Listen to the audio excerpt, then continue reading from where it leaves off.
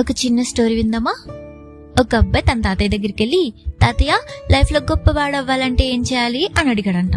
అప్పుడు ఆ తాతయ్య తన దగ్గరున్న 2 మొక్కలు తీసుకొచ్చి ఒకటి ఇంట్లో ఇంకొకటి బయట పెరట్లో నాటాడంట. ఇప్పుడు చెప్పు, రెండిట్లో ఏది బాగా పెరుగుతుంది అనుకుంటున్నావు అని అడిగాడంట. అప్పుడు ఆ బాబు, ఇంకేంటి, ఇంట్లోదే బాగా పెరుగుతుంది, ఎందుకంటే మనం దీనికి టైంకి వాటర్ పోస్తాం అండ్ మనం సేఫ్ గా జాగ్రత్తగా చూసుకుంటాం కదా. కానీ బయటదైతే ఎప్పుడు ఏ యానిమల్స్ వచ్చి తినేస్తాయో తెలీదు, ఎండకి ఎండాలి, వానికి తడవాలి, అందుకని బయటదేం పెరగదు అని చెప్పి ఫారెన్ వెళ్ళిపోయాడంట. తర్వాత 3 years తర్వాత తిరిగి వచ్చాడంట. అప్పుడు ఆ తాతయ్య ఆ చెట్టు దగ్గర తీసుకెళ్లాడంట. ఇంట్లో చెట్టును చూసి అబ్బాయి చాలా హ్యాపీ ఫీల్ అయ్యాడంట.